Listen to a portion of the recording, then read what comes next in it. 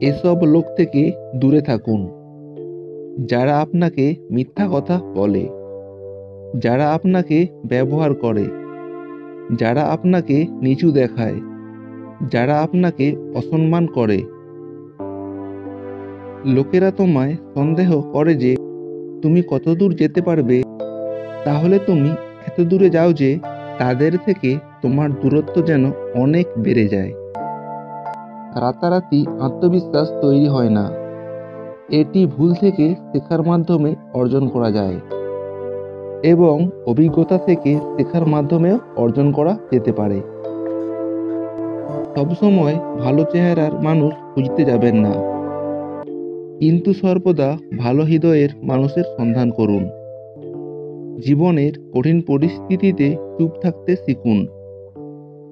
যারা কখনো ব্যর্থ হন না তারা কখনো বুঝতে পারে না জীবনে দুঃসাহসিকতা কত দুর্দান্ত। কঠোর পরিশ্রম করুন এবং বিনয়ী হন।